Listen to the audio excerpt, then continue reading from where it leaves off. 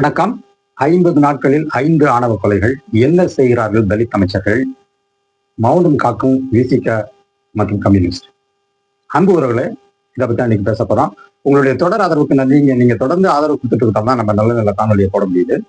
இப்ப சமீபத்துல ஒரு புள்ளி விவரம் நமக்கு வந்திருக்கு. அதாவது என்னன்னா, கடந்த 50 நாட்களில் விஜய் அரசு பதவியேற்ற பிறகு 50 நாட்களில் 5 ஆணவ கொலைகள் மற்றும் கடந்த 3 மாதத்தில், அதாவது இந்த எலெக்ஷனுக்கு முன்னாடி இந்த தேதியை அனௌன்ஸ் பண்றதுக்கு முன்னாடி கடந்த 3 மாதங்களில் 8 ஆணவ கொலைகள், கடந்த 50 நாட்களில் 5 ஆணவ கொலைகள். இது இந்த புள்ளி விவரம் நடந்து இது முன்ன போன ஆட்சியில எல்லாம் ஒரு ஆணவ கொலை நடந்தாலே பயங்கரமா அது பேசப்படும். அதுக்கு இந்த நடுநிலை ஊடகவியலாளர்கள் சொல்லப்படுவதெல்லாம் பயங்கரமா பக்கம் பக்கமா எழுதுவாங்க, பேசுவாங்க. ஆனா இப்ப இந்த பர்டிகுலர் ஆட்சி வந்த பிறகு பாத்தீங்கன்னா அவங்க எல்லாமே சைலண்ட் மோடுக்கு போயிட்டாங்க அப்படிங்கிறத பாக்குறோம். சரி, அவங்க சைலண்ட் மோடு போனதை நம்ம புரிஞ்சுக்கலாம். ஏன்னா அவங்க யாருக்கு இயங்குறாங்க, யார் பக்கம் அவங்க பேசுவாங்க அப்படிங்கிறதெல்லாம் நமக்கு தெரிஞ்ச விஷயம் தான். அதனால நடுநிலைவாதிகளை பத்தி, ஊடகவியலாளர்களை பத்தி நம்ம பேசி பிரயோஜனம் கிடையாது அப்படிங்கிறது. நம்ம அதை இன்னொரு தளத்துல பேசுவோம். ஆனா இப்ப நம்ம பேச வேண்டியது என்னன்னா, 8 அமைச்சர்கள் அல்லது நிறைய பேர் தலித்துகளுக்கு வாய்ப்பு, தாவாக்கா வந்த பிறகு தலித்துகளுடைய ஒரு ரெப்ரசன்டேஷன் ரொம்ப அதிகமா இருக்கு அப்படின்லாம் சொல்லிட்டு இருக்காங்க இல்லைங்களா? அப்படியெல்லாம் புது புது கதைகள், நெரேட்டிவ்ஸ் எல்லாம் செட் பண்ணாங்கிறத பாக்குறோம். அதாவது தாவேகாவினுடைய ஐடி தொடர்ந்து இந்த ஒரு நெரேட்டிவ் செட் பண்ணாங்க. அதாவது முதல் முறையாக அதிகமான அளவுல தலித்துகளுக்கு அமைச்சரவையில இடம் கொடுத்துருக்கோம், அதே மாதிரி தலித் எம்எல்ஏக்கள் நாங்க தான் அதிகமா வச்சிருக்கிறோம் அப்படிங்கிற மாதிரி நிறைய கதைகளை கட்டினாங்க அப்படிங்கிறத பாக்குறோம். சரி, இப்ப அவங்க சொன்ன மாதிரியே அதிக தலித்துகள் மந்திரிகளாவே இருக்காங்கன்னு வச்சுக்குவோம். ஓகே, அது நல்ல விஷயம், பாசிட்டிவான விஷயம்னு வச்சுட்டா, இந்த 50 நாட்களில் நடந்த இந்த 5 ஆணவ படுகொலைகளை பற்றி இந்த தலித் அமைச்சர்களுடைய ரோல் என்ன? இப்ப வெறுமனே நிறைய தலித்துகளுக்கு அமைச்சரவையில இடம் கொடுத்துட்டா போதுமா? அதுவே தலித்துகளுடைய பிரச்சனைகளை தீர்க்கறதுக்கு போதுமான ஒரு நடவடிக்கையா? அல்லது ஜஸ்ட் பிகாஸ் நீங்க நிறைய தலித்துகளுக்கு நீங்க மந்திரி சபையில இடம் கொடுத்தீங்கன்னாலே ஆட்டோமேட்டிக்கா தலித்துகளுக்கு எதிரான பிரச்சனைகள்லாம் நின்றுடுமா? இல்ல அதுக்கு குரல் கொடுக்க கூடாதா? அதாவது நாங்க நிறைய தலித்துகளுக்கு கொடுத்துட்டோம், அவங்க அமைச்சரவையில இடம் பெற்றுட்டாங்க, அதனால தலித்துகளுக்கு எதிராக கிரவுண்ட் லெவல்ல என்ன நடந்தாலும் அதை யாரும் கேட்க தேவையில்ல, அதை நாங்க கேட்க மாட்டோம், அது எங்க பிரச்சனை கிடையாது, நாங்க மந்திரி அமைச்சரவையில இவ்வளவு பேருக்கு கொடுத்துட்டோம், அவ்வளவுதான், அதோட எங்க கடமை முடிஞ்சது, அதுக்கு மேல நீங்க என்ன கேக்குறீங்க அப்படிங்கிற மாதிரியான ஒரு மனப்பாங்கை நாம் மன்னிக்க முடியுமா? இது சரியான அணுகுமுறையா? முதல்ல இந்த ஒரு அணுகுமுறையோட தமிழக வெற்றி கழகம் அரசவையில் இருந்ததுன்னா இது எப்படி தலித்துகளுக்கு ஜஸ்டிஃபை பண்ற பார்ட்டின்னு சொல்ல முடியும் அப்படிங்கிறது தான் நம்ம முன்வைக்கிற கேள்வி. அதாவது ஒரு பக்கம் நாங்க தலித்துகளுக்கு எம்பவர்மெண்ட் கொடுப்போம், மறுபக்கம் ஆணவ கொலைகளை அதிகரிச்சுக்கிட்டே போவோம், அதுக்கு சரியான நடவடிக்கை நாங்க அரசு ஒரு ஆணவ கொலை நடந்துன்னு வைங்க நீங்க ஆட்சிக்கு வந்த பிறகு, அடுத்தது எப்படி சரசரசான்னு 10 நாள்ல ஒரு ஆணவ கொலை நடந்துட்டே இருக்க முடியும்? நீங்க அவங்களுக்கு எதிராக நடவடிக்கை எடுத்தீங்கன்னா, நீங்க போலீஸை முடுக்கி விட்டுருந்தீங்கன்னா இவ்வளவு 50 நாட்கள்ல 5 நடக்குமா? அப்ப நீங்க ரொம்ப மெத்தனை போக்கா இருந்தீங்கன்னா இது எப்படி? இது ஒரு பக்கத்துல சட்டம் ஒழுங்குல மிக பிரச்சனையா மாறுதுங்கிறதையும் பாக்குறோம். இப்ப இதால இது சட்டம் ஒழுங்குக்கும் கான்ட்ரிபியூட் பண்ணுது இந்த மாதிரி ஆணவ கொலைகள் ஒரு பக்கம், மறுபக்கம் நிறைய நார்மலான கொலைகளே நிறைய நடந்துகிட்டு இருக்கு அப்படிங்கிறத பாக்குறோம். இன்னொரு பக்கம் பாத்தீங்கன்னா பெண்கள், சிறுமிகளுக்கு எதிரான பாலியல் வன்கொடுமைகள் அது ஒரு பக்கம் நின்றுகிட்டே போகுது. ஆக இப்ப நம்ம மற்ற விஷயங்கள் எல்லாம் எடுக்கிறத விட இப்ப இந்த தலித்துகள் எதிரான இந்த ஆணவ கொலைகளுக்கு இந்த அரசாங்கம் என்ன பண்ண போகுது? ஏன் இந்த அரசாங்கம் 50 நாட்கள்ல 5 நடக்கிற அளவுக்கு விட்டுக்கிட்டே இருந்துச்சு அப்படிங்கிறது ரொம்ப இது ஒரு கவலைக்கிடமான ஒரு விஷயமா தான் இருக்கு.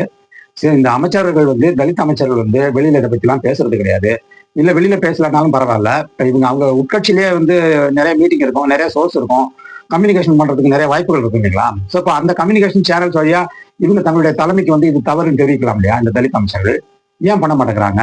ஆக சும்மா பேருக்கு நாங்க தலித்துகளுக்கு எம்பவர்மெண்ட் பண்ணிட்டோம், அதனால நாங்க கிரவுண்ட் லெவல்ல பண்ண வேண்டியது இல்லை அப்படிங்கிறதான் இந்த தாவேகாவில் இருக்கின்ற அதிக பெரும்படியான தலித் அமைச்சர்கள் மற்றும் தலித் எம்எல்ஏக்களுடைய ஒரு போக்கு. இது மாதிரிதான் இந்த போக்கு இருக்குன்னா இந்த போக்கு வன்மையாக கண்டிக்கத்தக்கது. சரி, இது ஒரு பக்கம்.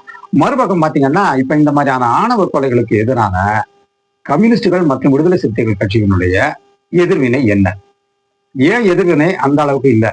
திமுக ஆட்சியில் இருந்த போது பயங்கரமான எதிர்வினைகளை கொடுத்து கொண்டிருந்த இந்த கம்யூனிஸ்டுகளும் விசிகாவும் இப்போ காங்கிரஸை விட்டுருங்க, அது எப்போதுமே வராது, காங்கிரஸ் ஒரு கட்சியே கிடையாது, அது ஒரு மக்களுக்கான ஒரு எதிர் சக்தி தான் அது. ஆனா இப்ப இவங்க 2 பேரும் விசிகாவும் கம்யூனிஸ்ட் சிபிஐஎம் 2 பேருமே போன ஆட்சியில இந்த ஆணவ கொலைகளுக்கு எதிராக தொடர் ரியாக்ஷன் கொடுத்துக்கிட்டே இருந்தாங்க, எதிர்வினைகளை ஆட்சிக்கிட்டே இருந்தாங்க, அரசுக்கு பயங்கர நெருக்கடிலாம் கொடுத்தாங்க. இன்ஃபேக்ட் அவங்க கொடுத்த நெருக்கடியினுடைய விளைவாக தான் வந்து ஒரு ஆணையமே அமைக்கப்பட்டதுங்கிறத பாக்குறோம். அது அந்த டைம்ல.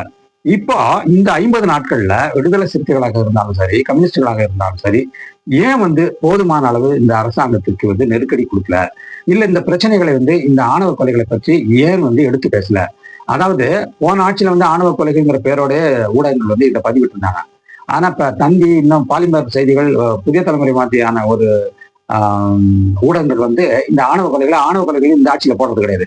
அதுக்குள்ள அவங்க எப்படி போடுறாங்கன்னா, காதல் படுகொலைகள் அப்படின்னு போட்டுறாங்க. அப்படிதான் போட்டாங்க. இதை கூட இந்த கட்சிகள் வந்து கண்டிக்கல. இதை கண்டிக்காத ஒரு பக்கம் நம்ம மன்னிச்சுட்டு போனாலும், பொதுவாகவே ஆணவ கொலைகளுக்கு எதிரான நடவடிக்கைகளை வந்து ஏன் விசிகா முன்னெடுக்கவில்லை? இதை பற்றி ஏன் வந்து ஒரு பொது விவாதம் நடத்தல? விசிகாவுடைய தொண்டர்களும் இதை பத்தி எந்த பேச்சும் இல்லை. யூடியூப்லயும் வந்து அவங்களுடைய பேச்சு இதை பத்தி எதுவுமே இல்லை. இவரு தலைவர் அவங்க அவங்க தலைவர் இவரு திரும்பவுமே வந்து இதை பத்தி எந்த பேச்சும் பேசலையே. ஒரு கால் வந்து ஹனிமூன் முடியட்டும் அப்புறம் பேசிக்கலாம்னு இருக்காரா? இல்ல நாங்க வந்து இந்த ஆட்சிக்கு நிறைய நேரம் கொடுக்க போறோம், ஹனிமூன் கொடுத்துட்டோம், அந்த ஹனிமூன் எல்லாம் முடிந்த பிறகு தான் நாங்க பேசுவோம்னு சொன்னார்னா, இன்னும் எத்தனை ஆணவ கொலைகள் நடக்க போகுது? தலித்துக்கு எதிரான விரோதமான செயல்பாடுகள் இன்னும் என்னென்ன இருக்க போகுது? இதுக்கு எல்லாத்துக்குமே இவர் வந்து மௌனம் தான் காப்பாரா விசிகா தலைவர்? அப்படிங்கிறது தான் நமக்கு மிகப்பெரிய ஒரு கேள்வியா இருக்கு. அவர் மேல இருந்த மரியாதையை நமக்கு போச்சு. எங்களுக்கு ஆட்சியில பங்கு, அதிகாரத்துல பங்கு கொடுத்துட்டாங்கிறதுக்காக வேண்டி எங்க மக்களுக்கு எதிராக நடக்கிற விஷயங்களை நாங்க பேசவே மாட்டோம், நாங்க வந்து வாய மூடிக்குவோம், இதை பத்திலாம் நாங்க ஓப்பன் பண்ண மாட்டோம்னு சொன்னா இது என்ன மாதிரியான அரசியல்? இதுக்கு பேசாம பாஜகவே ஆட்சியில எடுத்துட்டு போயிட்டு இருக்காங்க. நீங்க முன்ன சொன்னீங்க இல்லையா, இப்ப நாங்க இந்த கட்சிக்கு ஆதரவு கொடுக்கலன்னா வந்து பாஜக உள்ள வந்துடும். அது பாஜகவே மேலாச்சு, அவங்க நேரடியா செய்வாங்க.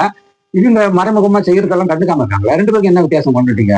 அவர்களே, உங்களுடைய போக்கு வந்து மிகவும் உண்மையாக கண்டிக்கத்தக்கது. உங்களுக்கு இருந்த நல்ல பேர் கெட்டு போச்சு. நீங்க வந்து இதுக்கெல்லாம் மிகப்பெரிய ஒரு கள்ளமௌனம் காக்குறீங்க. இது தவறு. அதே மாதிரி கம்யூனிஸ்டுகளுக்கு நம்ம வேண்டிக்கிறது என்னன்னா, முன்னெல்லாம் வந்து அவங்க தீண்டாமை முன்னணி இதை பத்தி எல்லாம் தொடர்ந்து பேசுவாங்க. ஆனா இந்த ஆட்சி வந்த பிறகு என்ன என்ன இதுக்கு எதுக்கு இந்த மௌனம் இருக்குங்கிறது நமக்கு புரியவே இல்லை. வழக்கமா இந்த மாதிரியான தலித்துகளை பாதிக்கிற பிரச்சனைகளை வந்து கம்யூனிஸ்டுகள் வெளியெடுத்து பேசுவாங்கிறத பாக்குறோம். நிறைய பேசியிருக்காங்க. ஆனா இப்ப இந்த விஷயம் பொறுத்தவரையிலையும் கம்யூனிஸ்டுகளும் வந்து போதுமான அளவுக்கு எதிர்வினை தெரிவிக்கல. அவங்க போராட்டங்கள் நடத்தல. சரி, ஆட்சிக்கு வெளியில இருந்து ஆதரவு கொடுக்குறீங்கல்ல, ஒரு ப்ரெஷராவது போடலாம்ல இந்த ஆட்சிக்கு. என்னப்பா இந்த மாதிரி நடக்குது, தலித்துகளுக்கு எதிரான இந்த மாதிரியான விஷயங்களுக்கு நாங்க சும்மா இருக்க முடியாது, ஆட்சிக்கு ஆதரவு கொடுத்துட்டோம்னா நீங்க என்ன செஞ்சாலும் நாங்க அதை ஒத்துக்கணுமா அப்படிங்கிற மாதிரியான ஒரு கேள்வியாவது கேட்கலாம்ல. அந்த கேள்வியும் கேட்கலன்னா நீங்க என்ன மாதிரியான ஒரு அரசியல் பண்றீங்க? நீங்க எதிர்பார்த்த நல்ல அரசு இந்த தாவேக்கு அரசு, இந்த அரசு தானா?